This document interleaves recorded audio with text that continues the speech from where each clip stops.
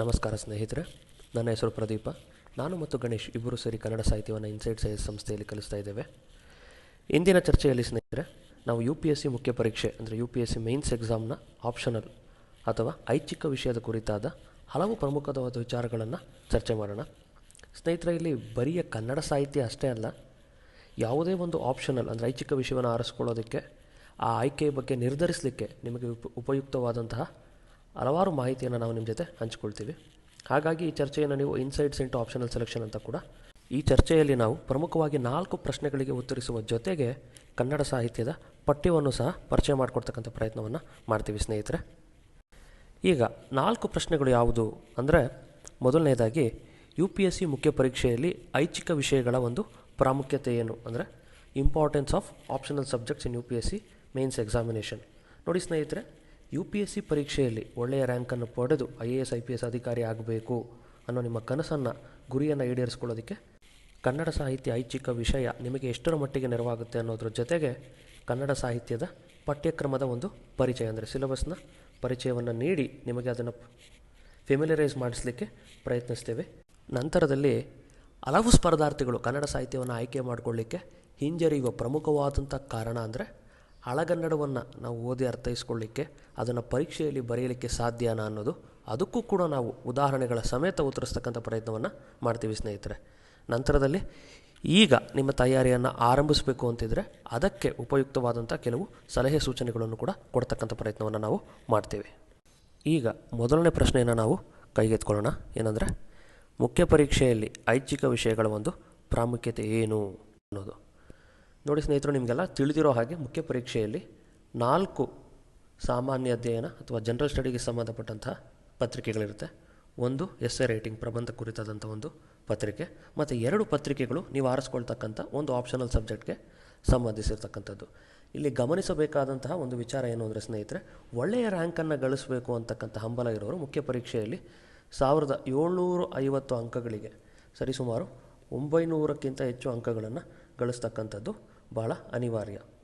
ಇಲ್ಲಿ GSನ 4 ಪತ್ರಿಕೆಗಳಲ್ಲಿ ಸರಾಸರಿ ಗಳಿಕೆ ಸುಮಾರು 400ರಿಂದ 450. ಇಲ್ಲಿ 50% ಅಂದರೆ 500 ಅಂಕಗಳನ್ನು ಗಳಿಸೋದು ಬಹಳ ತ್ರಾಸದಾಯಕವಾದಂಥ ವಿಚಾರ. ಹಾಗಾಗಿ ಇನ್ನುಳಿದ ಇಲ್ಲಿ 450 ಮಾರ್ಕ್ ಸಂಪಾದನೆ ಆಗಿರುತ್ತೆ. ಇನ್ನುಳಿದ 450 ಅಂಕಗಳನ್ನು ಗಳಿಸಿ ನಿಮ್ಮ ಗುರಿಯನ್ನು ಮುಟ್ಟಲಿಕ್ಕೆ ನಿಮಗೆ ಉಳಿಯೋದು ಇನ್ನು 3 ಪತ್ರಿಕೆಗಳು ಅಷ್ಟೇ. ಈ 3 ಪತ್ರಿಕೆಗಳನ್ನು ಸೇರಿ ನೀವು 450ಕ್ಕಿಂತ ಹೆಚ್ಚು ಅಂಕಗಳನ್ನು ಗಳಿಸಬೇಕು ಅನ್ನೋದಿದ್ದರೆ ಆಪ್ಷನಲ್ ಅಂದರೆ ಐಚ್ಛಿಕ ವಿಷಯದಲ್ಲಿ ನೀವು 300ರಿಂದ 330ರಷ್ಟು ಅಂದರೆ 60ರಿಂದ 65ರಷ್ಟು ಅಂಕ ಗಳಿಸಲಿಕ್ಕೆ ಸಾಧ್ಯ ಆಗಬೇಕು. ಅಷ್ಟು ಅಂಕಗಳನ್ನು ಗಳಿಸಲು ನೆರವಾಗ್ತಕ್ಕಂಥ ರೀತಿಯಲ್ಲಿ ನೀವು ಆಯ್ಕೆ ಮಾಡುವ ಆಪ್ಷನಲ್ ಐಚ್ಛಿಕ ವಿಷಯ ಇರಬೇಕು. ಹಾಗಾಗಿ ನಿಮ್ಮ ಐಚ್ಛಿಕ ವಿಷಯದ ಆಯ್ಕೆ IAS IPS ಅಧಿಕಾರಿ ಆಗ್ತಕ್ಕಂಥ ನಿಮ್ಮ ಪಯಣದಲ್ಲಿನ ಒಂದು ನಿರ್ಣಾಯಕ ಅಂದರೆ ಒಂದು ಡಿಸಿಸಿವ್ ಸ್ಟೆಪ್. ಈ ಕಾರಣದಿಂದಾಗಿ ಯಾವುದೇ ಆಪ್ಷನಲ್ನ ಆಯ್ಕೆ ಮಾಡಲಿಕ್ಕೆ ಮುಂಚೆ ಕೆಲವೊಂದು ಪ್ರಮುಖವಾದಂಥ ವಿಚಾರಗಳನ್ನು ನೀವು ಗಮನಿಸಬೇಕು.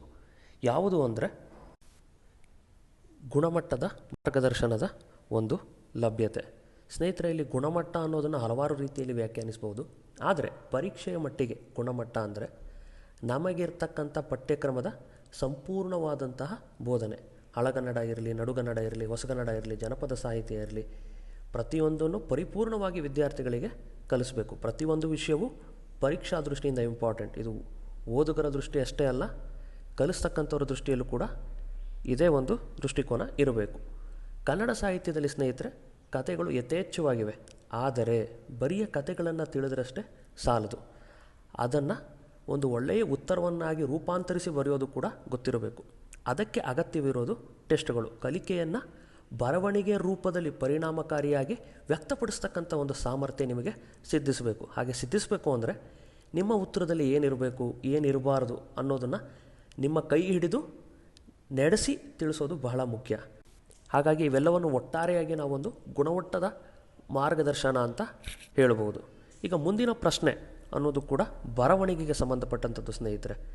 ಸೊ ಇಲ್ಲಿ ಟೆಸ್ಟ್ ಸೀರೀಸ್ UPSC ನಿಮ್ಮನ್ನು ಪರೀಕ್ಷಿಸುವ ಮೊದಲು ನಿಮ್ಮ ಉತ್ತರದಲ್ಲಿರ್ತಕ್ಕಂಥ ಲೋಪದೋಷಗಳನ್ನು ತಿದ್ದಿಕೊಂಡು ನೀವು ಪರಿಪೂರ್ಣರಾಗಬೇಕು. You should be a refined version of your self before going to the mains examination. ಇಲ್ಲಿ ನಿಮ್ಮ ಲೋಪದೋಷಗಳನ್ನು ನಿಮಗೆ ಮನವರಿಕೆ ಮಾಡಿಕೊಟ್ಟು ನಿಮ್ಮನ್ನು ಸರಿದಾರಿಯಲ್ಲಿ ಮುನ್ನಡೆಸ್ತಕ್ಕಂಥ ಒಂದು ಮಾರ್ಗದರ್ಶನದ ಅಗತ್ಯ ಇದೆ. ಇನ್ನು ಮೂರನೇ ಅಂಶ ಅಂದರೆ ಸ್ನೇಹಿತರೆ, ಇದು ಕೂಡ ಬಹಳ ಮಹತ್ವವಾದಂಥದ್ದು. ಕಾರಣ ನಮ್ಮ GS ಸಾಮಾನ್ಯ ಅಧ್ಯಯನ ಏನಿದೆ, ಜನರಲ್ ಸ್ಟಡೀಸ್, ಅದು ನಿಮ್ಮ ತಯಾರಿಯ ಬಹುತೇಕ ಅವಧಿಯನ್ನು ಆವರಿಸ್ಕೊಳ್ತದೆ.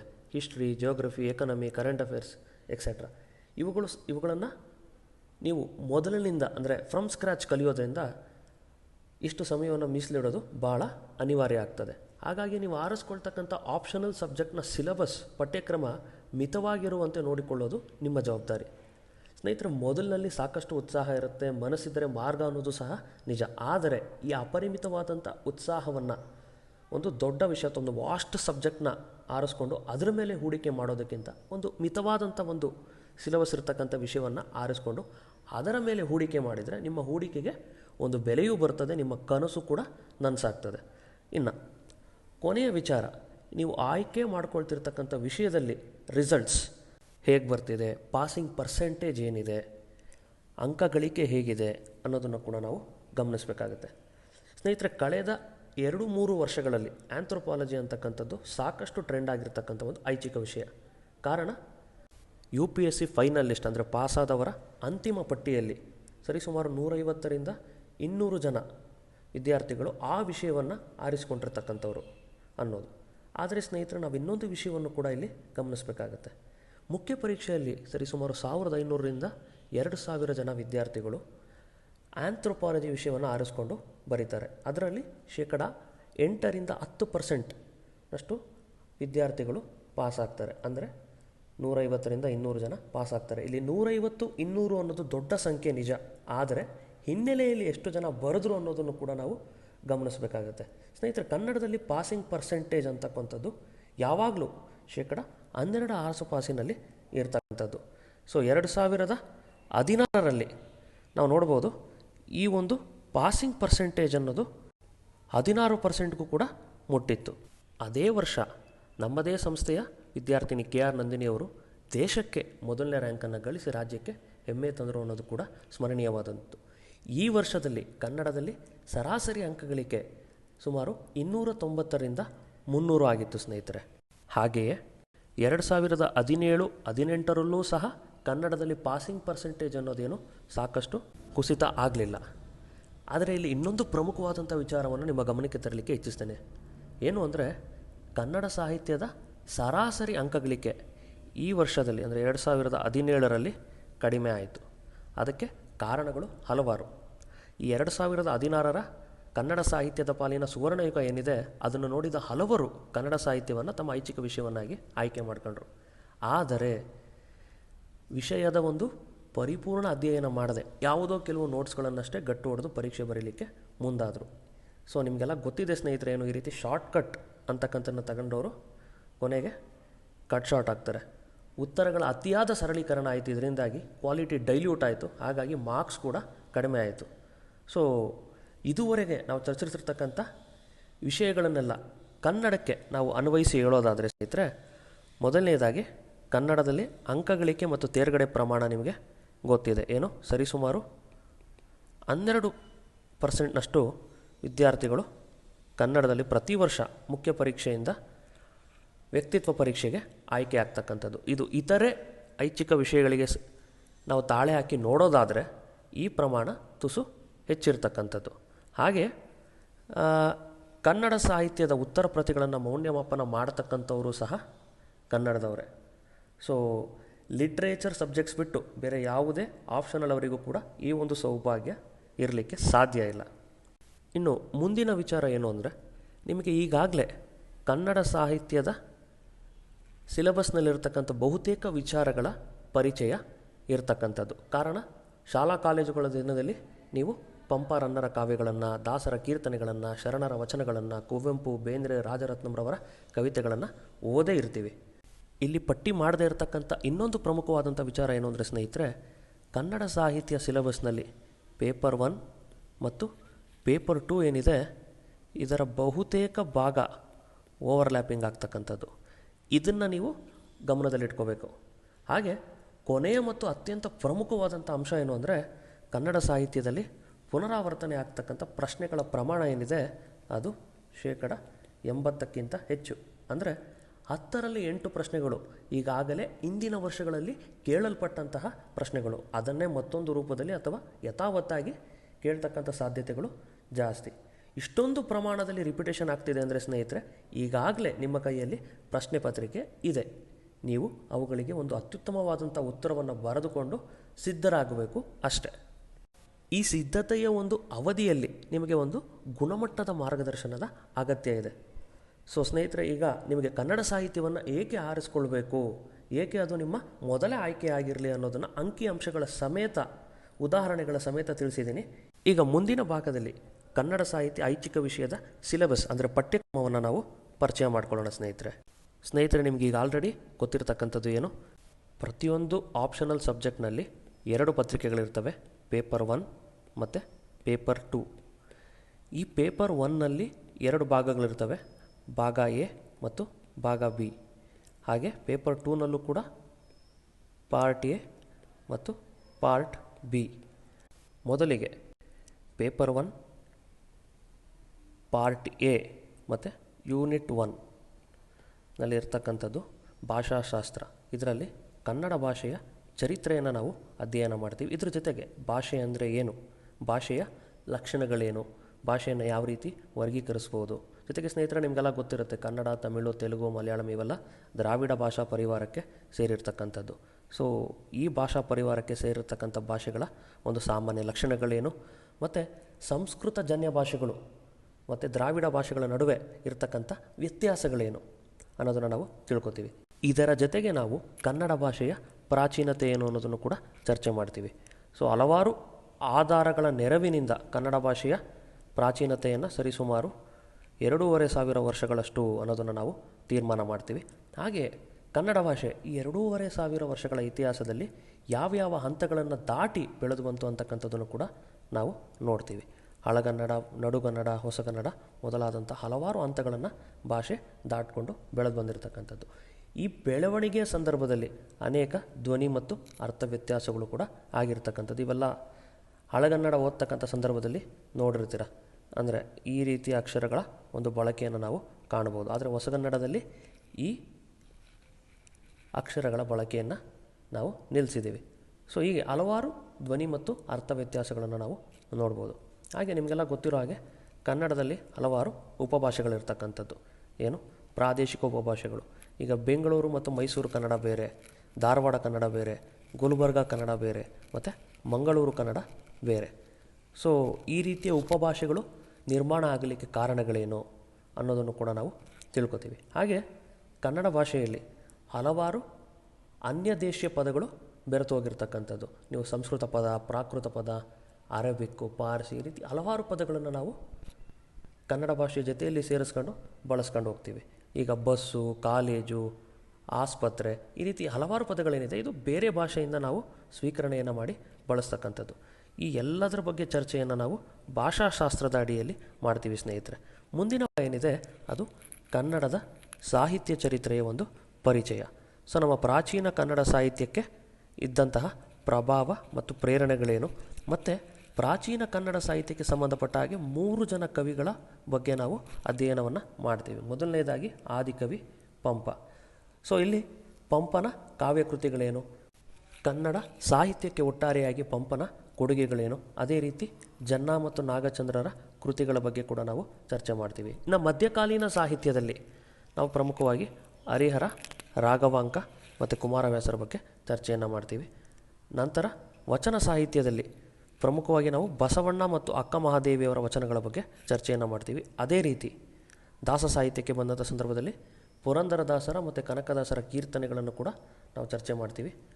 ನಂತರ ರತ್ನಾಕರ ವರ್ಣಿಯ ಸಾಂಗತ್ಯ, ಯಾವುದು ಭರತೇಶ ವೈಭವವನ್ನು ಕುರಿತು ನಾವು ಪ್ರಮುಖವಾಗಿ ಚರ್ಚೆಯನ್ನು ಮಾಡ್ತೀವಿ. ಇನ್ನು ಈ ಭಾಗಕ್ಕೆ ನಾವು ಬರೋದಾಗಿದ್ದರೆ, ಈ ಭಾಗವೂ ಕೂಡ ನಿಮಗೆ ಈಗ ಆಲ್ರೆಡಿ ಚಿರಪರಿಚಿತವಾಗಿರ್ತಕ್ಕಂಥದ್ದು. ಕಾರಣ ಪಂಪ, ರನ್ನ, ಜನ್ನರ ಕಾವ್ಯಗಳ ಬಗ್ಗೆ ನಾವು ಆಲ್ರೆಡಿ ಓದಿರ್ತಕ್ಕಂಥದ್ದು. ಹಾಗೆಯೇ ವಚನಗಳು, ಕೀರ್ತನೆಗಳು ಕೂಡ ನಮಗೆ ಪರಿಚಿತವಾಗಿರ್ತಕ್ಕಂಥದ್ದು. ಇನ್ನು ರಾಘವಾಂಕನ ಹರಿಶ್ಚಂದ್ರ ಕಾವ್ಯ, ಇದು ಸಿನಿಮಾ ರೂಪದಲ್ಲೂ ಬಂದಿದೆ, ಕಥೆ ರೂಪದಲ್ಲೂ ನಾವು ಸಾಕಷ್ಟು ಬಾರಿ ಇದನ್ನು ಕೇಳಿರ್ತಕ್ಕಂಥದ್ದು. ನಾನು ಓದಬೇಕಾದ್ರೆ ಸ್ಕೂಲಲ್ಲಿ ಪುಷ್ಪ ರಗಳೆ ಇತ್ತು, ಈಗ ಬಸವರಾಜ ದೇವರ ರಗಳೆ ಇದೆ, ದೇವರ ದಾಸಿಮಯ್ಯರ ರಗಳೆ ಇದೆ. ಸೊ ನಿಮಗೆ ಆಲ್ರೆಡಿ ರಗಳೆಗಳ ಒಂದು ಪರಿಚಯ ಇರತಕ್ಕಂಥದ್ದು. ಸೊ ಪೇಪರ್ 1 ಏನಿದೆ ಇದರಲ್ಲಿ ಬಹುತೇಕ ಭಾಗ ನಿಮಗೆ. ಆ ನಂತರದಲ್ಲಿ ಸ್ನೇಹಿತರೆ ಆಧುನಿಕ ಕನ್ನಡ ಸಾಹಿತ್ಯದ ಬಗ್ಗೆ ಕೂಡ ನಮ್ಮ ಸಿಲೆಬಸ್ನಲ್ಲಿ ಇದೆ. ಸೊ ಆಧುನಿಕ ಕನ್ನಡ ಸಾಹಿತ್ಯ ಅಂದರೆ 19ನೇ ಶತಮಾನದ ಕೊನೆಯ ಭಾಗದಿಂದ ಆಧುನಿಕ ಕನ್ನಡ ಸಾಹಿತ್ಯ ವಿಪುಲವಾಗಿ ಬೆಳೆದು ಬಂದಿರತಕ್ಕಂಥದ್ದು ಇವತ್ತಿನವರೆಗೂ. ಸೊ ಈ ಒಂದು ಬೆಳವಣಿಗೆ ಹಂತದಲ್ಲಿ ಹಲವಾರು ಕವಲುಗಳನ್ನು ನಾವು ಕಾಣಬಹುದು. ನವೋದಯ, ಪ್ರಗತಿಶೀಲ, ನವ್ಯ, ದಲಿತ, ಬಂಡಾಯ, ಈ ರೀತಿ ಹಲವಾರು ಚಳುವಳಿ ಅಥವಾ ಕವಲುಗಳನ್ನು ನಾವು ಕಾಣಬಹುದು. ನವೋದಯದ ಕಾಲದಲ್ಲಿ ಪ್ರಮುಖವಾಗಿ ಕುವೆಂಪು, ಬೇಂದ್ರೆ, ರಾಜರತ್ನಂ ಇವರ ಒಂದು ಕಾವ್ಯ ಲಕ್ಷಣಗಳ, ಅದರ ಸಿದ್ಧಾಂತಗಳ ಬಗ್ಗೆ ನಾವು ಸ್ಥೂಲವಾಗಿ ಅಧ್ಯಯನ ಮಾಡ್ತೀವಿ. ನಂತರದಲ್ಲಿ ಪ್ರಗತಿಶೀಲರು, ಅದರಲ್ಲಿ ಪ್ರಮುಖರು ಅಂದರೆ ಆನಕ್ರು, ಬಸವರಾಜ ಕಟ್ಟಿಮನಿ, ತಾರಾ ಸುಬ್ಬರಾವ್ ಅವರು, ಇವರ ಕಾದಂಬರಿಗಳ ಬಗ್ಗೆ ಮತ್ತು ಇವರ ಒಂದು ಪ್ರೇರಣೆ ಮತ್ತು ಸಿದ್ಧಾಂತಗಳ ಬಗ್ಗೆ ಕೂಡ ಚರ್ಚೆ ಮಾಡ್ತೀವಿ. ಆನಂತರ ಬರ್ತಕ್ಕಂಥದ್ದು ನವ್ಯಪಂಥ, ಯಶವಂತ ಚಿತ್ತಾಲರಾಗಿರ್ಬೋದು, ಯು ಆರ್ ಅನಂತಮೂರ್ತಿ ಅವರಾಗಿರ್ಬೋದು, ಇವರ ಒಂದು ಕಾವ್ಯ ಕೃತಿಗಳ ಬಗ್ಗೆ ಸ್ಥೂಲವಾಗಿ ನಾವು ಚರ್ಚೆಯನ್ನು ಮಾಡ್ತೀವಿ.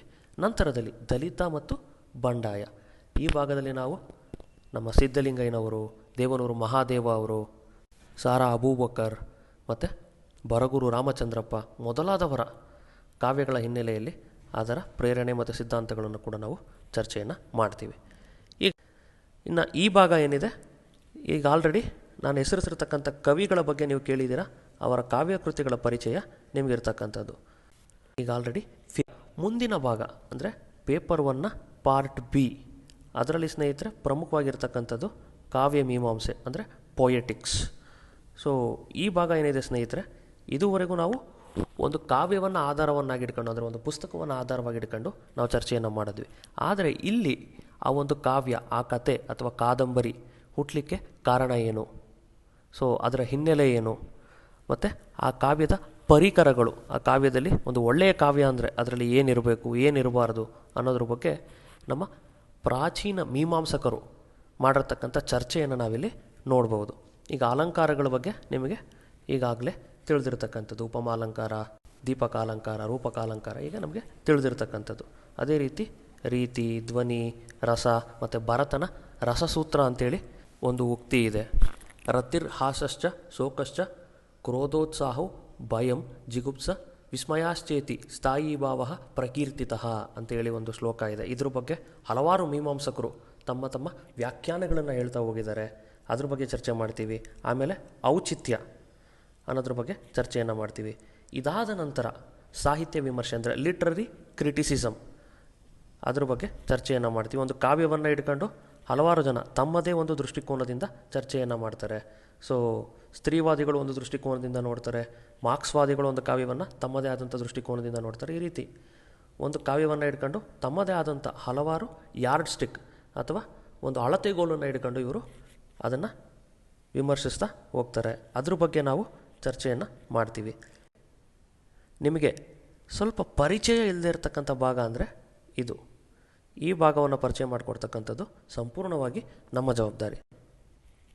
ಕರ್ನಾಟಕದ ಸಾಂಸ್ಕೃತಿಕ ಚರಿತ್ರೆಯ ಬಗ್ಗೆ ಚರ್ಚೆಯನ್ನು ಮಾಡ್ತೀವಿ. ಕರ್ನಾಟಕದ ಸಂಸ್ಕೃತಿಗೆ ವಿವಿಧ ರಾಜ ಮನೆತನಗಳ ಕೊಡುಗೆ. ಪ್ರಮುಖವಾಗಿ ನಾವು ಇಲ್ಲಿ ಗಮನಿಸ್ತಕ್ಕಂಥದ್ದು ಚಾಲುಕ್ಯರು. ಯಾರು? ಕಲ್ಯಾಣಿ ಮತ್ತು ಬಾದಾಮಿ ಚಾಲುಕ್ಯರು, ರಾಷ್ಟ್ರಕೂಟರು, ಹೊಯ್ಸಳರು ಮತ್ತು ವಿಜಯನಗರ ಸಾಮ್ರಾಜ್ಯದವರು ನಮ್ಮ ಕರ್ನಾಟಕ ಸಂಸ್ಕೃತಿಗೆ ಕೊಟ್ಟಿರ್ತಕ್ಕಂಥ ಕೊಡುಗೆಗಳ ಬಗ್ಗೆ, ಅವರು ಕಟ್ಟಿರ್ತಕ್ಕಂಥ ದೇವಸ್ಥಾನಗಳು, ಅವರು ಹುರಿದುಂಬಿಸಿರ್ತಕ್ಕಂಥ ಕವಿಗಳು, ಅವರ ಕಾಲದ ಒಂದು ಚಿತ್ರಕಲೆ, ಶಿಲ್ಪಕಲೆ, ಇವುಗಳ ಬಗ್ಗೆ ನಾವಿಲ್ಲಿ ಚರ್ಚೆಯನ್ನು ಮಾಡ್ತೀವಿ. ಇದ್ರ ಜೊತೆಗೆ ಕರ್ನಾಟಕದ ಪ್ರಮುಖ ಧರ್ಮಗಳು ಮತ್ತು ಅವರ ಸಾಂಸ್ಕೃತಿಕ ಕೊಡುಗೆಗಳು, ಸೂಫಿ ಧರ್ಮ ಆಗಿರ್ಬೋದು, ವೈದಿಕ ಧರ್ಮ ಆಗಿರ್ಬೋದು, ವೀರಶೈವ ಧರ್ಮ ಆಗಿರ್ಬೋದು, ಇವರು ಕೊಟ್ಟಿರ್ತಕ್ಕಂಥ ಸಾಂಸ್ಕೃತಿಕ ಕೊಡುಗೆಗಳ ಬಗ್ಗೆ ನಾವು ಇಲ್ಲಿ ಸ್ಥೂಲವಾಗಿ ಚರ್ಚೆಯನ್ನು ಮಾಡ್ತೀವಿ. ಆ ನಂತರದಲ್ಲಿ ಕರ್ನಾಟಕ ಏಕೀಕರಣ ಚಳುವಳಿ ಮತ್ತು ಅದರ ಸಾಹಿತ್ಯಿಕ ಪ್ರಭಾವಗಳ ಬಗ್ಗೆ ಕೂಡ ಚರ್ಚೆಯನ್ನು ಮಾಡ್ತೀವಿ. ಸ್ನೇಹಿತರೆ, ನಿಮಗೆಲ್ಲ ಗೊತ್ತಿರೋ ಹಾಗೆ ಕರ್ನಾಟಕ ಹಲವು ರಾಜ್ಯಗಳ ನಡುವೆ ಹರಿದು ಹಂಚು ಹೋಗಿತ್ತು. ಕೆಲವೊಂದು ಭಾಗ ಮದ್ರಾಸು ಪ್ರಾಂತ್ಯದ ಜೊತೆ ಇತ್ತು, ಮತ್ತು ಕೆಲವೊಂದು ಭಾಗ ಮುಂಬೈ ಪ್ರಾಂತ್ಯದ ಜೊತೆ ಇತ್ತು, ಮತ್ತು ಕೆಲವೊಂದು ಭಾಗ ಹೈದರಾಬಾದ್ ಪ್ರಾಂತ್ಯದ ಜೊತೆ ಇತ್ತು. ಸೊ ಎಲ್ಲ ಭಾಗಗಳನ್ನು ಒಗ್ಗೂಡಿಸಿ ಕರ್ನಾಟಕವನ್ನು ಏಕೀಕರಣಗೊಳಿಸ್ತಕ್ಕಂಥ ಒಂದು ಹೋರಾಟ ಸಾಕಷ್ಟು ದೊಡ್ಡ ಪ್ರಮಾಣದಲ್ಲಿ ನಡೀತು. ಆಲೂರು ವೆಂಕಟರಾಯರು, ಡೆಪ್ಯೂಟಿ ಚನ್ನಬಸಪ್ಪನವರು, ಕರ್ನಾಟಕ ವಿದ್ಯಾವರ್ತಕ ಸಂಘ, ಹೀಗೆ ಹಲವಾರು ವ್ಯಕ್ತಿ ಮತ್ತು ಸಂಘ ಸಂಸ್ಥೆಗಳ ಕೊಡುಗೆ ಇದರಲ್ಲಿ ಅಪಾರವಾದಂಥದ್ದು. ಅದ್ರ ಬಗ್ಗೆ ನಾವು ಈ ಒಂದು ಭಾಗದಲ್ಲಿ ನೋಡ್ತೀವಿ. ಇದಿಷ್ಟು ಸೇರಿದ್ರೆ ಪೇಪರ್ 1 ಆಗುತ್ತೆ ಸ್ನೇಹಿತರೆ. ಸೊ ನೀವಿಲ್ಲಿ ಗಮನಿಸ್ಬೋದು ಏನು, ಈ ಭಾಗ ಏನಿದೆ ಇದನ್ನು ಆಲ್ರೆಡಿ ನೀವು ಆರ್ಟ್ ಆ್ಯಂಡ್ ಕಲ್ಚರ್ ಭಾಗದಲ್ಲಿ ಓದಿರ್ತೀರ ಮತ್ತು ಹೈಸ್ಕೂಲಲ್ಲಿ ಇದ್ರ ಬಗ್ಗೆ ಸಾಕಷ್ಟು ನೀವು ಓದಿರ್ತೀರ. ಇನ್ನು ಮುಂದೆ ಪೇಪರ್ 2ಗೆ ಹೋಗೋಣ.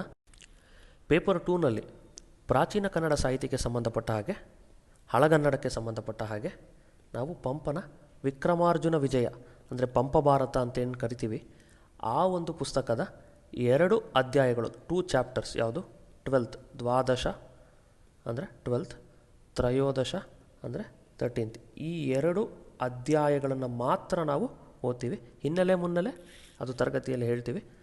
ನಂತರ ಶಿವಕೋಟಾಚಾರ್ಯರ ವಡ್ಡಾರಾಧನೆ, ಅದರಲ್ಲಿ ಸಂಪೂರ್ಣವಾದಂಥ ಪುಸ್ತಕವನ್ನು ಓದಬೇಕಾಗಿಲ್ಲ. ಅದರಲ್ಲಿರ್ತಕ್ಕಂಥ 2 ಕಥೆಗಳು, ಯಾವುದು ಸುಕುಮಾರ ಸ್ವಾಮಿಯ ಕತೆ ಮತ್ತು ವಿದ್ಯುತ್ ಚೋರನೆಂಬ ಋಷಿಯ ಕತೆ, ಈ 2 ಕಥೆಗಳನ್ನು ನಾವು ಅಧ್ಯಯನ ಮಾಡಬೇಕಾಗತ್ತೆ. ನನ್ನ ಸ್ನೇಹಿತರೆ, ನಡುಗನ್ನಡ ಅಥವಾ ಮಧ್ಯಕಾಲೀನ ಸಾಹಿತ್ಯ, ಅದರಲ್ಲಿ ಒಂದು ಪುಸ್ತಕ ಇದೆ ವಚನ ಕಮ್ಮಟ ಅಂತೇಳಿ, ಮರುಳ ಸಿದ್ದಪ್ಪನವರು ಸಂಪಾದನೆ ಮಾಡಿರತಕ್ಕಂಥ ಪುಸ್ತಕ. ಆ ಪುಸ್ತಕದಲ್ಲಿರ್ತಕ್ಕಂಥ ವಚನಗಳ ಬಗ್ಗೆ ನಾವು ಅಧ್ಯಯನವನ್ನು ಮಾಡ್ತೀವಿ. ಹಾಗೆಯೇ ಹರಿಹರನ ನಂಬಿಯಣ್ಣನ ರಗಳೆ, ಸಂಪೂರ್ಣವಾಗಿ ಹರಿಹರನ ಎಲ್ಲ ರಗಳೆಗಳು ಅಲ್ಲ, ನಂಬಿಯಣ್ಣನ ರಗಳೆಯನ್ನು ಮಾತ್ರ ನಾವಿಲ್ಲಿ ಅಧ್ಯಯನ ಮಾಡ್ತಕ್ಕಂಥದ್ದು. ಆ ನಂತರದಲ್ಲಿ ಕರ್ನಾಟ ಭಾರತ ಕಥಾಮಂಜರಿ, ಕುಮಾರವ್ಯಾಸ ವಿರಚಿತ ಕರ್ನಾಟ ಭಾರತ ಕಥಾಮಂಜರಿಯ ಕರ್ಣಪರ್ವ. ಸೊ ಇದು ಕೂಡ ಒಂದೇ ಚಾಪ್ಟರು, ಇದನ್ನು ಕೂಡ ನಾವು ಅಧ್ಯಯನ ಮಾಡ್ತೀವಿ. ಆಮೇಲೆ ಜನಪ್ರಿಯ ಕನಕ ಸಂಪುಟ ಅಂದರೆ ಕನಕದಾಸರ ಒಂದು ಕೀರ್ತನೆ ಮತ್ತು ಅವರ ಕಾವ್ಯಗಳ ಒಂದು ಸಂಗ್ರಹ, ದೇ ಜವರೇಗೌಡರು ಮಾಡಿರತಕ್ಕಂಥದ್ದು. ಈ ಪುಸ್ತಕವನ್ನು ಕೂಡ ನಾವು ಸ್ಥೂಲವಾಗಿ ಅಧ್ಯಯನ ಮಾಡ್ತೀವಿ. ನಂತರದಲ್ಲಿ ರತ್ನಾಕರ ವರ್ಣಿಯ ಭರತೇಶ ವೈಭವವನ್ನು ಸಂಗ್ರಹಿಸಿರ್ತಕ್ಕಂಥವರು ತಾಸು ಶಾಮರಾಯರು. ಸೊ ರತ್ನಾಕರ ವರ್ಣಿಯ ಈ ಒಂದು ಕಾವ್ಯದ ಅಧ್ಯಯನವನ್ನು ಕೂಡ ನಾವು ಮಾಡ್ತೀವಿ. ನಾನು ಈ ಮೊದಲೇ ಒಂದು ಅಂಶವನ್ನು ಹೇಳಿದ್ದೆ, ಏನಂದರೆ ಕನ್ನಡ ಸಾಹಿತ್ಯದ ಪೇಪರ್ 1 ಮತ್ತು ಪೇಪರ್ 2 2 ಸಾಕಷ್ಟು ಪ್ರಮಾಣದಲ್ಲಿ ಓವರ್ಲ್ಯಾಪ್ ಆಗುತ್ತೆ ಅಂತಕ್ಕಂಥದ್ದು ನಿಮಗೆ ನೆನಪಿರಬಹುದು. ಈಗ ಅದನ್ನು ನಾನಿಲ್ಲಿ ಉದಾಹರಣೆಗಳ ಸಮೇತ ತೋರಿಸ್ತೀನಿ.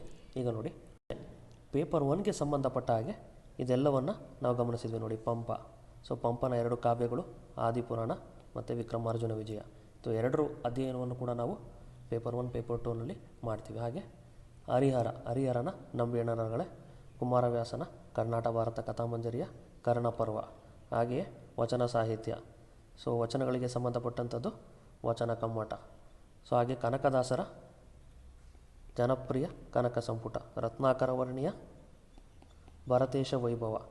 ಸೊ ಎಲ್ಲ ಕಾವ್ಯಗಳು ಪೇಪರ್ 1 ಮತ್ತು ಪೇಪರ್ 2 2ಕ್ಕೆ ಸಂಬಂಧಿಸಿರ್ತಕ್ಕಂಥವು. ಸೊ ನಾವಿಲ್ಲಿ ಏನನ್ನು ಕನ್ಕ್ಲೂಡ್ ಮಾಡ್ಬೋದು ಅಂದರೆ, ಪೇಪರ್ 1 ಭಾಗ ಎ ಏನಿದೆ ಮತ್ತು ಪೇಪರ್ 2 ಭಾಗ ಎ ಏನಿದೆ, ಇವೆರಡು ಸಂಪೂರ್ಣವಾಗಿ ಓವರ್ಲ್ಯಾಪ್ ಆಗ್ತಕ್ಕಂಥದ್ದು. ಈಗ ಮುಂದಿನ ಭಾಗದಲ್ಲಿ ಪೇಪರ್ 2 ಪಾರ್ಟ್ ಬಿ, ಸೊ ಆಧುನಿಕ ಕನ್ನಡ ಸಾಹಿತ್ಯ. ಇದರಲ್ಲಿ ನಾವು 3 ಪ್ರಮುಖವಾದಂಥ ಕಾದಂಬರಿಗಳನ್ನು ಓದ್ತೀವಿ. ಒಂದು ಬೆಟ್ಟದ ಜೀವ, ಶಿವರಾಮ್ ಕಾರಂತರು ಬರೆದಿರ್ತಕ್ಕಂಥದ್ದು. 2ನೇದು ಅನುಪಮಾ ನಿರಂಜನರವರ ಮಾಧವಿ ಕಾದಂಬರಿ. 3ನೇದು ಮತ್ತು ಅತ್ಯಂತ ಪ್ರಮುಖವಾದಂಥ ಮಹತ್ವವಾದಂಥ ಒಂದು ಕಾದಂಬರಿ ಇದು ಒಡಲಾಳ, ದೇವನೂರು ಮಹಾದೇವ ಅವರು ಬರೆದಿರ್ತಕ್ಕಂಥದ್ದು. ಇದರ ಜೊತೆಗೆ 2 ನಾಟಕಗಳು, ಒಂದು ಮಹಾಕವಿ ಕುವೆಂಪು ವಿರಚಿತವಾದಂತಹ ಶೂದ್ರ ತಪಸ್ವಿ ನಾಟಕ, ನಂತರದು ಗಿರೀಶ್ ಕಾರ್ನಾಡ್ ಅವರು ಬರೆದಿರತಕ್ಕಂತಹ ತುಗ್ಲಕ್ ನಾಟಕ. ಆನಂತರ ವಿಚಾರ ಸಾಹಿತ್ಯ,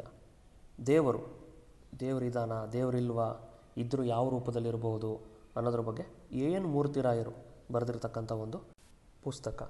ಇದಾದ ನಂತರ ಕನ್ನಡದ ಸಣ್ಣ ಕಥೆಗಳು, ಇದರಲ್ಲಿ ಸುಮಾರು 25 ಸಣ್ಣ ಕಥೆಗಳ, ಕನ್ನಡದ ಪ್ರಮುಖ ಸಣ್ಣ ಕಥೆಗಳ ಒಂದು ಸಂಕಲನದ ಪುಸ್ತಕ. GH ನಾಯಕ ಇದರ ಸಂಪಾದಕರು. ಜೊತೆಗೆ ಹೊಸಗನ್ನಡ ಕವಿತೆಗಳು, ನಮ್ಮ ನವೋದಯದಿಂದ ಹಿಡಿದು ದಲಿತ ಬಂಡಾಯದವರೆಗೂ ಕನ್ನಡ ಸಾಹಿತ್ಯದಲ್ಲಿ ಮೂಡಿಬಂದಂಥ ಪ್ರಮುಖ ಕವಿಗಳ ಪ್ರಮುಖ ಕವನಗಳ ಒಂದು ಸಂಕಲನ ಇದು. ಸೊ ಇದನ್ನು ನಾವು ಅಧ್ಯಯನ ಮಾಡ್ತೀವಿ ಸ್ನೇಹಿತರೆ. ನಂತರ ಬರ್ತಕ್ಕಂಥದ್ದು ಜನಪದ ಸಾಹಿತ್ಯ. ಇದರಲ್ಲಿ ನಾವು ಜನಪದ ಸ್ವರೂಪ, HM ನಾಯಕ ಅವರ ಒಂದು ಪುಸ್ತಕ. ನಂತರ ಕನ್ನಡದ ಜಾನಪದ ಕಥೆಗಳು, ಜಿ.ಶಂ ಪರಮಶಿವಯ್ಯ ಅವರು ಸಂಪಾದಿಸಿರ್ತಕ್ಕಂಥ ಒಂದು ಪುಸ್ತಕ, ಜನಪದ ಗೀತಾಂಜಲಿ. ಸೊ ಇದರಲ್ಲಿರ್ತಕ್ಕಂಥ ಅನೇಕ ಜನಪದ ಗೀತೆಗಳು ನಮಗೆ ಈಗಾಗಲೇ ಪರಿಚಯ ಇರತಕ್ಕಂಥದ್ದು. ಅಳುವ ಕಂದನ ತುಟಿಯು ಹವಳದ ಕುಡಿಯಂಗ, ಆಡಿಬಾಯನ ಕಂದ ಅಂಗಾಲ ತೊಳೆದೇನ, ಕೂಸಿರುವ ಮನೆಗೆ ಬೀಸಣಿಕೆ ಯಾತಕ್ಕ, ಹೀಗೆ ಹಲವಾರು ಚಿರಪರಿಚಿತವಾದಂತಹ ಜನಪದ ಗೀತೆಗಳ ಒಂದು ಸಂಕಲನ ಇದು. ದೇ ಜವರೇಗೌಡರು ಸಂಪಾದಿಸಿರ್ತಕ್ಕಂಥದ್ದು. ನಂತರ ಬೀದಿ ಮಕ್ಕಳು ಬೆಳೆದು ಕಾಳೇಗೌಡ ನಾಗವಾರರ ಒಂದು ಸಂಪಾದಿತ ಪುಸ್ತಕ. ನಂತರ ಒಗಟುಗಳ ಬಗ್ಗೆ ಎಸ್.ಜಿ. ಇಮ್ರಾಪುರ ಅವರು ಸಂಪಾದಿಸಿರ್ತಕ್ಕಂಥ 1000 ಒಗಟುಗಳು ಪುಸ್ತಕ. ಇದಿಷ್ಟು ಒಟ್ಟಾರೆಯಾಗಿ ಕನ್ನಡ ಸಾಹಿತ್ಯದ ಪಠ್ಯಕ್ರಮ ಸ್ನೇಹಿತರೆ. ಇದರಲ್ಲಿ ಮೀಮಾಂಸೆ ಮತ್ತು ವಿಮರ್ಶೆ ಅನ್ನೋದನ್ನು ಬಿಟ್ಟು, ಭಾಷಾಶಾಸ್ತ್ರವನ್ನು ಬಿಟ್ಟು ಮಿಕ್ಕೆಲ್ಲ ಭಾಗಗಳು ನಿಮಗೆ ಈಗಾಗಲೇ ಪರಿಚಿತವಾಗಿರ್ತಕ್ಕಂಥದ್ದು. ನಾನು ಮೊದಲೇ ಹೇಳಿದ್ದೆ, ನಿಮಗೆ ಕನ್ನಡ ಸಾಹಿತ್ಯ ಐಚ್ಛಿಕ ವಿಷಯದ ಸಿಲೆಬಸ್ನ ಜೊತೆಗೆ ಫೆಮಿಲಿಯಾರಿಟಿ ಇದೆ ಅಂತಕ್ಕಂಥದ್ದು. ಸೊ ಇದನ್ನು ನಾನು ಉದಾಹರಣೆಗಳ ಸಮೇತ ನಿರೂಪಿಸಿದ್ದೇನೆ ಸ್ನೇಹಿತರೆ. ಈಗ ಮುಂದಿನ ಭಾಗಕ್ಕೆ ಹೋಗೋಣ. ಏನು ಅಂದರೆ, ಹಳಗನ್ನಡದ ಬಗ್ಗೆ ನಿಮಗಿರ್ತಕ್ಕಂಥ ಭಯವನ್ನು ಮತ್ತು ಹಲವಾರು ಪೂರ್ವಾಗ್ರಹಗಳನ್ನು ಅಂದರೆ ಪ್ರಿಜುಡಿಸಸ್ಗಳನ್ನು ನಿವಾರಿಸ್ತಕ್ಕಂಥ ಒಂದು ಪ್ರಯತ್ನವನ್ನು ನಾನು ಮಾಡ್ತೇನೆ ಸ್ನೇಹಿತರೆ. ನಾವು ಆಡ್ತಕ್ಕಂಥ ಬರೀತಕ್ಕಂಥ ಭಾಷೆಗಿಂತ ಹಳಗನ್ನಡ ಅನ್ನೋದು ಸ್ವಲ್ಪ ಭಿನ್ನವಾದದ್ದು ಅಷ್ಟೇ. ಈಗ ಕೆಲವೊಂದು ಪದ್ಯಗಳನ್ನು ಹೇಳಿ ಅದರ ಅರ್ಥ ಸ್ವಾರಸ್ಯವನ್ನು ವಿವರಿಸಿದ ನಂತರ ನಿಮಗೆ ಗೊತ್ತಾಗುತ್ತೆ ಏನು ಅಂದರೆ, ಹಳಗನ್ನಡದ ಬಗ್ಗೆ ನಿಮಗಿರ್ತಕ್ಕಂಥ ಭಯ ಒಂದು ಉತ್ಪ್ರೇಕ್ಷೆ ಅಷ್ಟೇ ಅನ್ನುವಂಥದ್ದು. ಗಮನದಲ್ಲಿರಲಿ, ನಮ್ಮ ಸಿಲೆಬಸ್ನಲ್ಲಿ ಹಳಗನ್ನಡಕ್ಕೆ ಸಂಬಂಧಪಟ್ಟ ಹಾಗೆ ಇರತಕ್ಕಂಥದ್ದು ಪಂಪನ ವಿಕ್ರಮಾರ್ಜುನ ವಿಜಯದ 12 ಮತ್ತು 13ನೇ ಆಶ್ವಾಸ, ಜೊತೆಗೆ ಶಿವಕೋಟಾಚಾರ್ಯರ ಒಡ್ಡಾರಾಧನೆಯ ವಿದ್ಯುಚ್ಚೂರನೆಂಬ ಋಷಿಯ ಕತೆ, ಹಾಗೆ ಸುಕುಮಾರ ಸ್ವಾಮಿಯ ಕತೆ. ಇಷ್ಟೇ. ಇದು ಬಿಟ್ಟು ನಮ್ಮ ಸಿಲೆಬಸ್ನಲ್ಲಿ ಬೇರೆ ಯಾವುದೇ ಹಳಗನ್ನಡ ಇಲ್ಲ. ಪಂಪ ಮಹಾಕವಿ ಏನು ಮಾಡಿದ್ದಾನೆ, ತನ್ನ ಆಶ್ರಯದಾತನಾದಂತಹ ಅರಿಕೇಸರಿಯನ್ನು ಮಹಾಭಾರತದ ಅರ್ಜುನನ ಜೊತೆಗೆ ಸಮೀಕರಿಸಿ ಅರ್ಜುನನನ್ನು ಕಥಾನಾಯಕನನ್ನಾಗಿಸಿಕೊಂಡು ಮಹಾಭಾರತವನ್ನು ತನ್ನದೇ ಒಂದು ದೃಷ್ಟಿಕೋನದಲ್ಲಿ ವಿಕ್ರಮಾರ್ಜುನ ವಿಜಯ ಅಂಥೇಳಿ ಬರೆದಿದ್ದಾನೆ. ಅದರಲ್ಲಿ ಮಹಾಭಾರತದ ಯುದ್ಧ ನಿಶ್ಚಯ ಆಗುತ್ತೆ. ಆ ಸಂದರ್ಭದಲ್ಲಿ ಕೌರವ ಸೈನ್ಯದ ಅಧಿಪತಿಯಾಗಿ ಗುರು ಹಿರಿಯರೆಲ್ಲ ಸೇರಿ ಗುರುಪಿತಾಮಹನಾದಂಥ ಭೀಷ್ಮನನ್ನು ಆಯ್ಕೆ ಮಾಡ್ತಾರೆ. ಆಗ ಕರ್ಣ ಇದನ್ನು ವಿರೋಧಿಸ್ತಾನೆ. ಗುರುಗಳಂ ಕುಲವೃದ್ಧರಂ ಅಜಿಗೊಯ್ದು ಪಗೆವಾಡಿಯೋಳ್ ನಗಿಸಿಕೊಂಡೊಡೆ ಬಂದಪುದೇಂ ಸುಯೋಧನ ಅಂತೇಳಿ ಕೇಳ್ತಾನೆ. ಏನು? ಗುರುಗಳಂ ಕುಲವೃದ್ಧರಂ ಆಜಿಗೊಯ್ದು, ಗುರುಗಳನ್ನು ಕುಲವೃದ್ಧರನ್ನು ಅಂದರೆ ಮುದುಕರನ್ನು, ಆಜಿ ಅಂದರೆ ಯುದ್ಧಕ್ಕೆ, ಒಯ್ದು ಕರ್ಕೊಂಡೋಗಿ, ಪಗೆವಾಡಿಯೋಳು, ಪಗೆ ಅಂದರೆ ಹಗೆ ಅಂದರೆ ನಿಮಗೆಲ್ಲ ಗೊತ್ತಿದೆ ಶತ್ರುತ್ವ. ಸೊ ಪಗೆವಾಡಿ ಅಂದರೆ ಶತ್ರು ಸೈನ್ಯದಿಂದ, ನಗಿಸಿಕೊಂಡಡೆ ಬಂದಪುದೇಂ ಸುಯೋಧನ. ಸೊ ಈ ರೀತಿ ವಯಸ್ಸಾಗಿರ್ತಕ್ಕಂಥವ್ರನ್ನ ಯುದ್ಧಕ್ಕೆ ಕರ್ಕೊಂಡು ಹೋದರೆ ನಮ್ಮ ಶತ್ರುಗಳು ನಗ್ತಾರೆ, ಅದರಿಂದ ನಮಗೇನು ಬರುತ್ತೆ ಪ್ರಯೋಜನ ಅಂಥೇಳಿ ದುರ್ಯೋಧನನನ್ನು ಕರ್ಣ ಪ್ರಶ್ನೆ ಮಾಡ್ತಾನೆ. ಅಲ್ಲಿ ಅಷ್ಟಕ್ಕೆ ನಿಲ್ಲಿಸದೆ ಭೀಷ್ಮರನ್ನು ಕಣ್ಗೆಟ್ಟ ಮುದುಕ ಅಂಥೇಳಿ ಕರೆದು ಬಿಡ್ತಾನೆ. ಆಗ ಕೋಪಗೊಂಡಂತಹ ದ್ರೋಣರು, ಯಾರು ಪಾಂಡವರು ಮತ್ತು ಕೌರವರಿಗೆ ಗುರುಗಳಾಗಿರ್ತಕ್ಕಂಥ ದ್ರೋಣರು, ಕುಲಂ ನಾಲಿಗೆಯ ತುಬ್ಬುವ ಓಲ್ ಅಂಥೇಳಿ ಹೇಳ್ತಾರೆ. ಏನು? ನೀನು ಆಡ್ತಕ್ಕಂಥ ಮಾತುಗಳು ನಿನ್ನ ಹೀನ ಕುಲವನ್ನು ಸೂಚಿಸುತ್ತೆ, ಹೀನ ಕುಲದವನ ಬಾಯಲ್ಲಿ ಹೀನವಾದ ಮಾತುಗಳೇ ಬರೋದು ಅಂತಕ್ಕಂಥ ಅರ್ಥದಲ್ಲಿ ಅವರು ಮಾತನಾಡ್ತಾರೆ. ಆಗ ಕರ್ಣ ಕೆರಳು ಬಿಡ್ತಾನೆ. ಕೆರಳಿ ಹೇಳ್ತಾನೆ, ಕುಲಮನೆಂದು ಮುಗ್ಗಡಿ ಪಿರೇಮ್, ಯಾವಾಗಲೂ ಯಾಕೆ ಕುಲವನ್ನೇ ಮುಂದೆ ತಂದಿಡ್ತೀರಾ? ಕುಲಂ ಕುಲಮಲ್ತು ಚಲಂ ಕುಲಂ ಗುಣಂ ಕುಲಂ ಅಣ್ಮು ಕುಲಂ ಅಭಿಮಾನ ಒಂದೇ ಕುಲಂ, ನಿಮ್ಮ ಕುಲವಾಕುಲಂ ನಿಮಗುಂಟು ಮಾಡುಗಂ ಅಂತೇಳಿ ಹೇಳ್ತಾನೆ.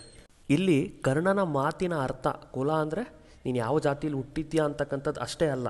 ಕುಲ ಅಂದರೆ ಅವನಿಗೆ ಒಳ್ಳೆ ಗುಣ ಇದೆಯಾ ಇಲ್ವಾ, ಅವನು ಅಭಿಮಾನವಂತನ ಅನ್ನೋ ರೀತಿಯಲ್ಲಿ ಕರ್ಣ ತನ್ನದೇ ಆದಂಥ ಒಂದು ವಿಶಿಷ್ಟ ದೃಷ್ಟಿಕೋನದಿಂದ ಕುಲಕ್ಕೆ ಒಂದು ಹೊಸ ವ್ಯಾಖ್ಯಾನವನ್ನು ಅವನು ಕೊಡ್ತಾನೆ. ಜೊತೆಗೆ ಒಂದು ಮಾತನ್ನು ಕೂಡ ಅವನು ಸೇರಿಸಿ ಹೇಳ್ತಾನೆ, ನಿಮ್ಮ ಕುಲವಾಕುಲಂ ನಿಮಗುಂಟು ಮಾಡುಗುಂ, ನಿಮ್ಮ ಈ ಒಂದು ಕುಲ ಪ್ರತಿಷ್ಠೆಯೇ ನಿಮಗೆ ಮುಂದೆ ಪಾಠ ಕಲಿಸುತ್ತೆ ಅನ್ನೋ ರೀತಿಯಲ್ಲಿ ಹೇಳ್ತಾನೆ.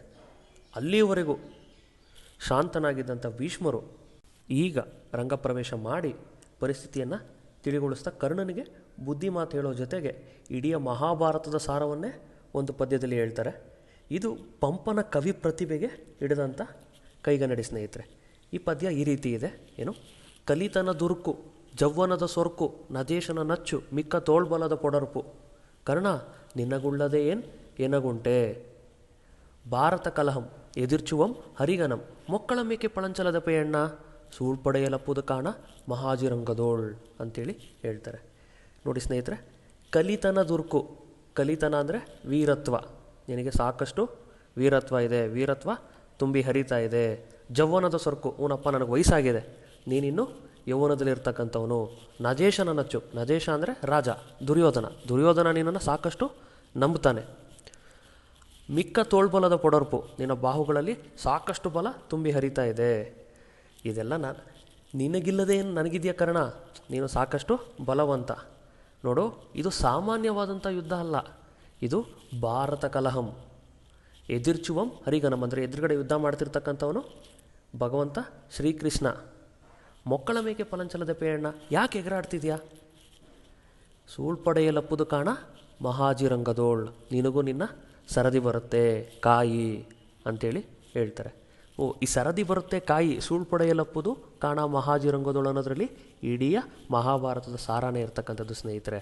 ಮುಂದೆ ಏನಾಗುತ್ತೆ ಅಂತಕ್ಕಂಥದ್ದು ಇಲ್ಲಿ ಭೀಷ್ಮರಿಗೆ ಮೊದಲೇ ತಿಳಿದಿತ್ತು. ಏನು, ನನ್ನ ನಂತರ ದ್ರೋಣರು ಸೈನ್ಯಾಧಿಪತಿ ಆಗ್ತಾರೆ, ಆ ನಂತರದಲ್ಲಿ ಕರ್ಣ ನಿನಗೂ ನಿನ್ನ ಸರದಿ ಬರುತ್ತೆ ಅಂತ ಹೇಳ್ತಕ್ಕಂಥದ್ದು. ಇದಾದ ನಂತರ ಇನ್ನೊಂದು ಪದ್ಯವನ್ನು ನಾವು ಉದಾಹರಿಸೋಣ ಸ್ನೇಹಿತರೆ. ನಿಜದೊಳೆ ಭೂಪರೆಂಬರ್ ಅಂತಕ್ಕಂಥ ಒಂದು ಪದ್ಯ. ಸೊ ಈ ಪದ್ಯ ಯಾವಾಗ ಬರುತ್ತೆ ಅಂದರೆ, ದ್ರೋಣರನ್ನು ಪಾಂಡವರು ಅಥೋಶ್ವತಾಮ ಅಂತೇಳಿ ಸುಳ್ಳು ಹೇಳಿ ದ್ರೋಣರನ್ನು ಸಂಹರಿಸ್ತಾರೆ. ಸೊ ಆ ನಂತರದಲ್ಲಿ ದ್ರೋಣರ ನಂತರ ಸೈನ್ಯಾಧಿಪತ್ಯವನ್ನು ಯಾರಿಗೆ ವಹಿಸಬೇಕು ಅಂತಕ್ಕಂಥ ಪ್ರಶ್ನೆ ಶುರುವಾಗುತ್ತೆ.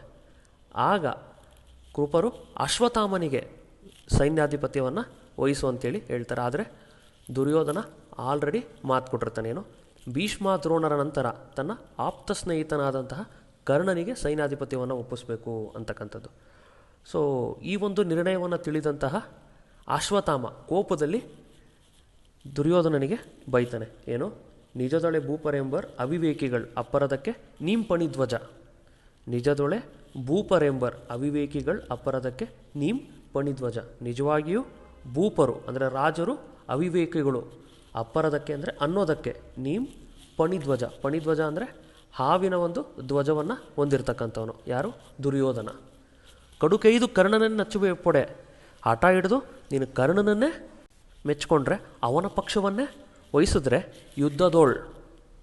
ಈ ಮಹಾಭಾರತ ಯುದ್ಧದಲ್ಲಿ ವೃಷಧ್ವಜಮ್ಮ ನಿಕ್ಕಿ ಗೆಲ್ದ ಅರಿಗನೋಳ್, ತಲೆವಟ್ಟಿದಿರಾಗಿ ನಿಂದು ಸೂತಜನ್ ಅರಿವೆಂಗಡ. ಏನು, ಈ ಯುದ್ಧದಲ್ಲಿ ವೃಷಧ್ವಜ ಅಂದರೆ ಶಿವನನ್ನು ಗೆದ್ದ ಅರಿಗ ಅಂದರೆ ಅರ್ಜುನನ ಮುಂದೆ ಸಮನಾಗಿ ತಲೆವಟ್ಟಿದಿರಾಗಿ ಅಂದರೆ ಎದುರು ಬದರು ಸಮನಾಗಿ ನಿಂತು ಸೂತಜ ಅಂದರೆ ಸೂತಪುತ್ರ ಯಾರು?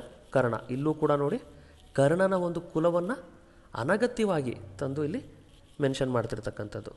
ಅವನು ಅರ್ಜುನನ ಗೆಲ್ಲಿಕ್ಕೆ ಸಮರ್ಥನೆ. ಪಗೆಯನೇಂ ಪಟ್ಟಮೆ ಪಾರಿ ತಿಂಬುದೇ. ಏನು, ಶತ್ರುಗಳನ್ನು ನೀನು ಕಟ್ತಕ್ಕಂಥ ಸೈನ್ಯಾಧಿಪತ್ಯದ ಒಂದು ಪಟ್ಟಾನೇ ಎಗ್ರಿ ಶತ್ರುಗಳನ್ನು ಸಂಹರಿಸ್ಬಿಡುತ್ತಾ ಅಂತಕ್ಕಂಥ ವ್ಯಂಗ್ಯಭರಿತವಾದಂಥ ಮಾತುಗಳನ್ನು ಅಶ್ವತ್ಥಾಮ ಹೇಳ್ತಾನೆ. ಸೊ ಈ ಒಂದು ವ್ಯಂಗ್ಯಭರಿತವಾದಂಥ ಮಾತುಗಳನ್ನು, ವಿರೋಧವನ್ನು ಲೆಕ್ಕಿಸದೆ ದುರ್ಯೋಧನ ಕರ್ಣನಿಗೆ ಪಟ್ಟವನ್ನು ಕಟ್ತಾನೆ. ಆ ನಂತರದಲ್ಲಿ ಶರಶೈಲಿದ್ದಂಥ ಭೀಷ್ಮರು ಕರ್ಣನಿಗೆ ಒಂದು ಸಲಹೆಯನ್ನು ಕೊಡ್ತಾರೆ. ಕರ್ಣ, ನೀನೇನೋ ವೀರಾದಿವೀರ, ಆದರೆ ಒಳ್ಳೆಯ ಸಾರಥಿ ಅಗತ್ಯ ನಿನಗಿದೆ. ಸೊ ಒಂದು ಕೆಲಸ ಮಾಡು, ಅಶ್ವಹೃದಯವನ್ನು ಬಲ್ಲಂತಹ ಶಲ್ಯನನ್ನು ನಿನ್ನ ಸಾರಥಿಯನ್ನಾಗಿ ಮಾಡ್ಕೋ. ಆಗ ನೀನು ಪಾಂಡವರನ್ನು ಗೆಲ್ಲಲಿಕ್ಕೆ ಮತ್ತು ನಿನ್ನ ಒಡೆಯನ ಒಂದು ಋಣವನ್ನು ತೀರಿಸಲಿಕ್ಕೆ ಸಾಧ್ಯ ಆಗುತ್ತೆ ಅಂತೇಳಿ ಹೇಳ್ತಾನೆ. ಕರ್ಣ ಈ ಮಾತನ್ನು ದುರ್ಯೋಧನನಿಗೆ ಹೇಳ್ತಾನೆ. ಶಲ್ಯನನ್ನು ಒಪ್ಪಿಸ್ತಕ್ಕಂಥ ಕೆಲಸವನ್ನು ದುರ್ಯೋಧನನ ಕೈಗೆ ಹಾಕ್ತಾನೆ. ಆಗ ದುರ್ಯೋಧನ ಈ ಕರ್ಣನ ಸಾರಥ್ಯವನ್ನು ಒಪ್ಪಿಕೊಳ್ಳಿ ಅಂಥೇಳಿ ಶಲ್ಯನನ್ನು ಒಪ್ಪಿಸ್ತಕ್ಕಂಥ ಸಂದರ್ಭದಲ್ಲಿ ಶಲ್ಯ ಕೋಪದಿಂದ ಒಂದು ಮಾತನ್ನು ಹೇಳ್ತಾನೆ. ಏನು, ಕಲಿಯನೆ ಪಂದೆ ಮಾಳ್ಪ.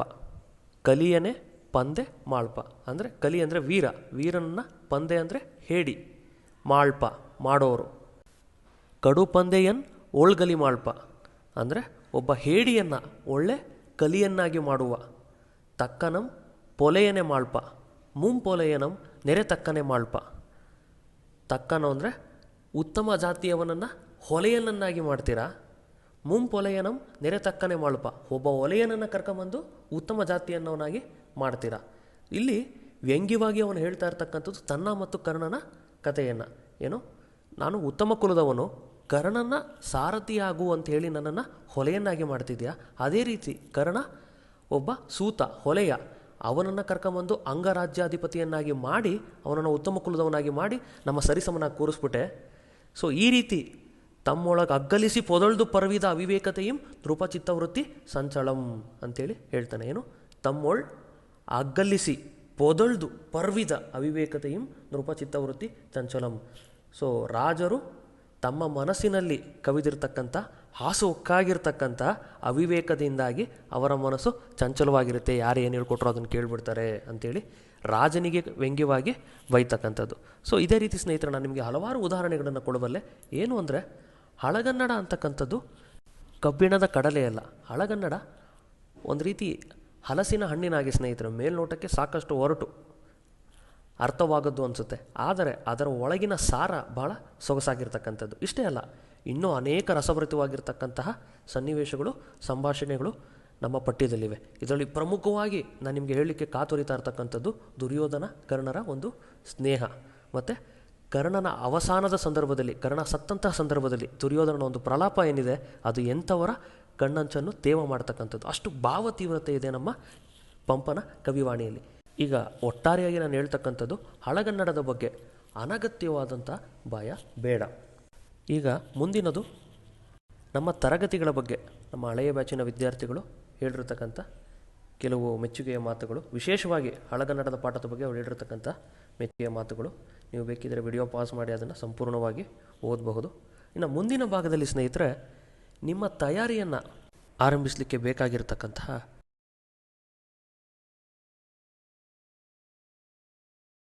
ಕೆಲವೊಂದು ಸಲಹೆ ಸೂಚನೆಗಳು ಏನು? ಮೊದಲನೇದು, ಪ್ರತಿನಿತ್ಯವಾಗಿ ತಪ್ಪದೆ ದಿನಪತ್ರಿಕೆಗಳನ್ನು ಓದಿ. ಆನಂತರದಲ್ಲಿ ಈಗ ಆಲ್ರೆಡಿ ನೀವು ಓದಿ ಮುಗಿಸಿರ್ತಕ್ಕಂತಹ ನಿಮ್ಮ ಹೈಸ್ಕೂಲಿನ ಮತ್ತು ಕನ್ನಡದ ಪಠ್ಯ ಪುಸ್ತಕಗಳನ್ನು, ಅದರಲ್ಲೂ ವಿಶೇಷವಾಗಿ ಪಂಪ, ರನ್ನ, ಜನರ ಇವರ ಕಾವ್ಯಗಳೇನಾದರೂ ಇದ್ದಲ್ಲಿ ವಚನ, ಕೀರ್ತನೆಗಳನ್ನು ಓದಿ ಅರ್ಥೈಸ್ಕೊಳ್ಳೋದಕ್ಕೆ ಪ್ರಯತ್ನ ಮಾಡಿ. ಹಾಗೆ ನಮ್ಮ ಸಿಲೆಬಸ್ನಲ್ಲಿರ್ತಕ್ಕಂಥ ಕನ್ನಡದ ಸಣ್ಣ ಕಥೆಗಳು ಪುಸ್ತಕ ಏನಿದೆಯಲ್ಲ, ಇದು 25 ಸಣ್ಣ ಕಥೆಗಳ ಒಂದು ಸಂಕಲನ, ಇದೆಲ್ಲರಿಗೂ ಅರ್ಥ ಆಗ್ತಕ್ಕಂಥದ್ದು. ಸೊ ಈ ಒಂದು ಪುಸ್ತಕವನ್ನು ಕೊಂಡು ಅದನ್ನು ಓದಲಿಕ್ಕೆ ಪ್ರಯತ್ನ ಮಾಡಿ. ಇದ್ರ ಜೊತೆಗೆ ಇನ್ನು ನಮ್ಮ ಶಿವರಾಮ ಕಾರಂತರ ಬೆಟ್ಟದ ಜೀವ, ಇದು ಕೂಡ ನಮ್ಮ ಸಿಲೆಬಸ್ನಲ್ಲಿರ್ತಕ್ಕಂಥದ್ದು. ಸೊ ಹಾಗೆ ಚೋಮನದುಡಿ, ಭಾಳ ಸೊಗಸಾದಂಥ ಒಂದು ಪುಸ್ತಕ, ಒಡಲಾಳ, ಮತ್ತು ನಮ್ಮ ಸಿಲೆಬಸ್ಸಲ್ಲಿರ್ತಕ್ಕಂಥದ್ದು. ಕುಸುಮಬಾಲೆ, ನಮ್ಮ ದೇವನೂರು ಮಹಾದೇವ ಅವರ ಮತ್ತೊಂದು ಅತ್ಯಂತ ಪ್ರಮುಖವಾದಂಥ ಕಾದಂಬರಿ. ಸೊ ಈ ಕಾದಂಬರಿಗಳನ್ನು ಓದಲಿಕ್ಕೆ ಪ್ರಯತ್ನ ಮಾಡಿ ಸ್ನೇಹಿತರೆ. ಹಾಗೆ ಕಾಗುಣಿತ ದೋಷಗಳ ಅಂಜಿಕೆ ಇದ್ದವರು ಏನು ಮಾಡಿ, ಪ್ರತಿದಿನ ದಿನಪತ್ರಿಕೆಯಲ್ಲಿ ಸಂಪಾದಕೀಯ ಅಥವಾ ನಿಮಗಿಷ್ಟವಾದಂಥ ಯಾವುದಾದ್ರೂ ಒಂದು ಅಂಕಣವನ್ನು ಆರಿಸ್ಕೊಂಡು ಅದನ್ನು ಒಂದು 3-4 ಸಾರಿ ಓದಿ, ಆ ನಂತರದಲ್ಲಿ ಪತ್ರಿಕೆಯನ್ನು ಮುಚ್ಚಿಟ್ಟು ಒಂದು ಪುಟವನ್ನು ತಗೊಂಡು ಅದರಲ್ಲಿ ನಿಮ್ಮದೇ ಮಾತುಗಳಲ್ಲಿ ನೀವೇನು ಓದಿದ್ರಿ, ನಿಮಗೇನು ನೆನಪಿದೆ ಅದನ್ನು ಬರಿತಾ ಹೋಗಿ. ಸರಿಸುಮಾರು 50-100 ಪದಗಳನ್ನು ಬರೀಲಿಕ್ಕೆ ಪ್ರಯತ್ನ ಮಾಡಿ. ಆ ಪುಟವನ್ನು ಕನ್ನಡ ಚೆನ್ನಾಗಿ ಗೊತ್ತಿರತಕ್ಕಂಥ ನಿಮ್ಮ ಸ್ನೇಹಿತರಾಗಿರಲಿ ಅಥವಾ ನಿಮ್ಮ ತಂದೆ ತಾಯಿ ಆಗಿರಲಿ, ಅವ್ರ ಕೈಲಿ ಕೊಟ್ಟು ಅದನ್ನು ಕರೆಕ್ಷನ್ ಮಾಡಿಸ್ಕೊಳ್ಳಿ. ನೀವು ಮಾಡ್ತಿರ್ತಕ್ಕಂಥ ಕಾಗುಣಿತ ದೋಷಗಳ ಒಂದು ಪಟ್ಟಿಯನ್ನು ಸಿದ್ಧಪಡಿಸ್ಕೊಂಡು ಹೋಗಿ, ಮತ್ತು ಮುಂದಿನ ದಿವಸ ನೀವು ದಿನಪತ್ರಿಕೆಯನ್ನು ಓದಬೇಕಾದ್ರೆ ಆ ಪಟ್ಟಿಯನ್ನು ಪಕ್ಕದಲ್ಲಿ ಇಟ್ಕೊಳ್ಳಿ. ಸೊ ಆಗ ನೀವು ಕಾನ್ಷಿಯಸ್ ಆಗ್ತೀರಾ, ನಾನು ಯಾವುದನ್ನು ತಪ್ಪು ಮಾಡ್ತಿದ್ದೆ ಅಂತ. ಹೀಗೆ ನೀವು 1 ತಿಂಗಳು ಮಾಡಿದ್ರೆ ನಿಮ್ಮಲ್ಲಿ ಸಾಕಷ್ಟು ಬದಲಾವಣೆಗಳಾಗೋದು, ನಿಮ್ಮ ಬರವಣಿಗೆಯಲ್ಲಿ ಸಾಕಷ್ಟು ಇಂಪ್ರೂವ್ಮೆಂಟ್ಸ್ ಆಗೋದು ನಿಮ್ಮ ಗಮನಕ್ಕೆ ಬರುತ್ತೆ ಸ್ನೇಹಿತರೆ. ನೆನಪಿರ್ರಿ ಸ್ನೇಹಿತರೆ, ಇಲ್ಲಿ ನಾವು ಹೇಳ್ತಿರೋದು ಬರಿಯ ಆರಂಭಿಕ ಹೆಜ್ಜೆಗಳ ಕುರಿತಾಗಿ. ಏಕೆಂದರೆ every long March it starts with A single step. ಒಂದು ಹೆಜ್ಜೆಯನ್ನು ದೃಢ ಸಂಕಲ್ಪದಿಂದ ಇಡಲಿಕ್ಕೆ ಪ್ರಯತ್ನ ಮಾಡಿ, ಅದು ಮುಂದೆ ನಿಮ್ಮ ಯಶಸ್ಸಿನ ಚೈತ್ರಯಾತ್ರೆಯೂ ಕೂಡ ಆಗಬಹುದು. ಕೊನೆಯದಾಗಿ ಸ್ನೇಹಿತರೆ, ನಮ್ಮ ತರಗತಿಯ ಕೆಲವು ವಿಶೇಷತೆಗಳ ಬಗ್ಗೆ ನಾನು ಮಾತನಾಡ್ತೀನಿ. ಮೊದಲನೇದಾಗಿ ವೇಳಾಪಟ್ಟಿಬದ್ಧವಾದಂತಹ ತರಗತಿಗಳು. ಸೊ ತರಗತಿಗಳ ಹೊರತಾದ ವಿಷಯಗಳ, ರಾಜಕೀಯ ಮತ್ತಿತರ ವಿಷಯಗಳ ವಿಷಯಾಂತರ ಇರೋದಿಲ್ಲ. ಸೀಮಿತ ಅವಧಿಯಲ್ಲಿ ಪರಿಪೂರ್ಣವಾಗಿ ಪಠ್ಯವನ್ನು ಮುಗಿಸ್ತಕ್ಕಂಥ ಒಂದು ಸಂಕಲ್ಪ ನಮ್ಮದು. ನಿಮ್ಮ ಸಿಲೆಬಸ್ ಮುಗಿಯೋವರೆಗೂ ಅಷ್ಟೇ ಅಲ್ಲ, ನೀವು ಯಶಸ್ವಿಯಾಗುವವರೆಗೂ ನಿಮ್ಮ ಜೊತೆಯಲ್ಲಿ ನಾವಿರ್ತೇವೆ. ಅದೇ ಇನ್ಸೈಟ್ಸ್ IAS ಮತ್ತು ನಮ್ಮ ವಿಶೇಷತೆ. ಹಾಗೆ ಪ್ರತಿಯೊಂದು ಪಠ್ಯದ ನಂತರದಲ್ಲಿ ನಾವು ಒಂದು ಕಿರು ಪರೀಕ್ಷೆಯನ್ನು ಏರ್ಪಾಡು ಮಾಡ್ತೀವಿ. ನಿಮಗೆ ಕಲಿಕೆಯ ಜೊತೆಗೆ ಬರವಣಿಗೆಯ ಒಂದು ಅಭ್ಯಾಸ ಕೂಡ ಆಗುತ್ತೆ. ಜೊತೆಗೆ ಪರಿಷ್ಕರಿಸಿದ ಪರೀಕ್ಷೆಗೆ ಪೂರಕವಾದಂತಹ ಪಠ್ಯ ಸಾಮಗ್ರಿ. ಎಕ್ಸಾಮ್ ಟ್ರೆಂಡ್ ಚೇಂಜ್ ಆಗ್ತಾ ಇದೆ. ಆ ಟ್ರೆಂಡಿಗೆ ಅಗತ್ಯವಾದಂಥ ರೀತಿಯಲ್ಲಿ, ಅದಕ್ಕೆ ಅನುವಾಗ್ತಕ್ಕಂಥ ರೀತಿಯಲ್ಲಿ ನಾವು ಪರಿಷ್ಕರಿಸಿ ಸಿದ್ಧಪಡಿಸಿರ್ತಕ್ಕಂತಹ ಒಂದು ನೋಟ್ಸ್ ನಿಮಗೆ ಸಿಗುತ್ತೆ. ಇದರ ಜೊತೆಗೆ ಇತ್ತೀಚಿನ ವರ್ಷಗಳಲ್ಲಿ ಏನಾಗ್ತಿತ್ತು, KPSC ಸಿಲೆಬಸ್ ಏನಿತ್ತು ಅದರಿಂದ ಕೂಡ ಕೆಲವೊಂದು ಪ್ರಶ್ನೆಗಳನ್ನು ನಮ್ಮ UPSC ಪ್ರಶ್ನೆ ಪತ್ರಿಕೆಗಳಲ್ಲಿ ಕೇಳ್ತಿದ್ರು. ಉದಾಹರಣೆಗೆ ನಯಸೇನನ ಧರ್ಮಾಮೃತದ ಬಗ್ಗೆ ಒಂದು ಪ್ರಶ್ನೆ ಬಂದಿತ್ತು, ಶಿವರಾಮ ಕಾರಂತರ ಚೋಮನ ದುಡಿ ಬಗ್ಗೆ ಒಂದು ಪ್ರಶ್ನೆ ಬಂದಿತ್ತು. ಸೊ ಇದೆಲ್ಲ KPSC ಪಠ್ಯದಲ್ಲಿ ಇದ್ದಂಥದ್ದು. ಈ ಮುಂದೆ ಕೂಡ ಈ ಪ್ರಶ್ನೆಗಳು ಬರೋ ಸಾಧ್ಯತೆ ಇರೋದರಿಂದಾಗಿ ನಾವು ಕೆಲವೊಂದು ಪ್ರಮುಖವಾದಂತಹ ಪಠ್ಯ ಮತ್ತು ವಿಚಾರಗಳನ್ನು ನಮ್ಮ UPSC ಪಠ್ಯದ ಜೊತೆಗೆ ಚರ್ಚಿಸೋದ್ರ ಮೂಲಕ ಮುಂದೆ ಯಾವುದೇ ಪ್ರಶ್ನೆ ಬಂದರೂ ನೀವು ಅದಕ್ಕೆ ಉತ್ತರ ಬರೀಲಿಕ್ಕೆ ಸಮರ್ಥರಾಗೋ ನಿಟ್ಟಿನಲ್ಲಿ ನಿಮ್ಮನ್ನು ರೂಪಿಸ್ತೀವಿ. ಕೊನೆಯದಾಗಿ ಸ್ನೇಹಿತರೆ, ಕಲಿಕೆ ಮತ್ತು ಬರವಣಿಗೆ ಎರಡಕ್ಕೂ ಸಮಾನ ಆದ್ಯತೆ ನಮ್ಮ ತರಗತಿಯ ಅತ್ಯಂತ ಪ್ರಮುಖವಾದಂಥ ಆಕರ್ಷಣೆ. ಕಾರಣ ಏನು ಅಂದರೆ, ಕಲಿಯೋದನ್ನು ಉತ್ತರವನ್ನಾಗಿ ನೀವು ಬರೀಲಿಕ್ಕೆ ಸಾಧ್ಯ ಆಗಬೇಕು. ನೀವು ಎಕ್ಸಾಮಿನರ್ಗೆ ಹೋಗಿ ಕತೆ ಹೇಳಲಿಕ್ಕೆ ಸಾಧ್ಯ ಇಲ್ಲ. ನಿಮ್ಮ ಉತ್ತರದ ಮೂಲಕ ಅವ್ರ ಜೊತೆ ನೀವು ಮಾತನಾಡಬೇಕು. ನಿಮ್ಮ ಜ್ಞಾನ ಎಷ್ಟು ಆಳವಾದಂಥದ್ದು, ಕನ್ನಡ ಸಾಹಿತ್ಯದ ಮೇಲೆ ನಿಮ್ಗೆ ಎಷ್ಟು ಹಿಡಿತಾ ಇದೆ ಅಂತಕ್ಕಂಥದ್ದನ್ನು ನಿಮ್ಮ ಉತ್ತರದ ಮೂಲಕನೇ ನೀವು ನಿರೂಪಿಸಬೇಕು. ಆ ನಿರೂಪಣೆಯೇ ನಿಮ್ಮನ್ನು IAS ಅಧಿಕಾರಿಯನ್ನಾಗಿ ಮಾಡ್ತಕ್ಕಂಥದ್ದು. ಇಲ್ಲಿಗೆ ಈ ನಮ್ಮ ಚರ್ಚೆಯನ್ನು ಮುಗಿಸೋಣ ಸ್ನೇಹಿತರೆ. ಕನ್ನಡವೇ ಸತ್ಯ, ಕನ್ನಡವೇ ನಿತ್ಯ. ಎಲ್ಲರಿಗೂ ಧನ್ಯವಾದಗಳು. ಇನ್ಸೈಟ್ಸ್ IAS ಮತ್ತು ಗಣೇಶ್ ಮತ್ತು ಪ್ರದೀಪರ ವತಿಯಿಂದ ನಿಮ್ಮೆಲ್ಲರಿಗೂ ಸಾಕಷ್ಟು ಯಶಸ್ಸು ಸಿಗಲಿ, ಭವಿಷ್ಯದಲ್ಲಿ ನೀವೆಲ್ಲ ಒಳ್ಳೆಯ ಅಧಿಕಾರಿಯಾಗಲಿ ಅಂತೇಳಿ ಹಾರೈಸೋ ಮೂಲಕ ಈ ಒಂದು ಚರ್ಚೆಯನ್ನು ಮುಗಿಸ್ತೇವೆ. ಮತ್ತೊಮ್ಮೆ ಧನ್ಯವಾದಗಳು.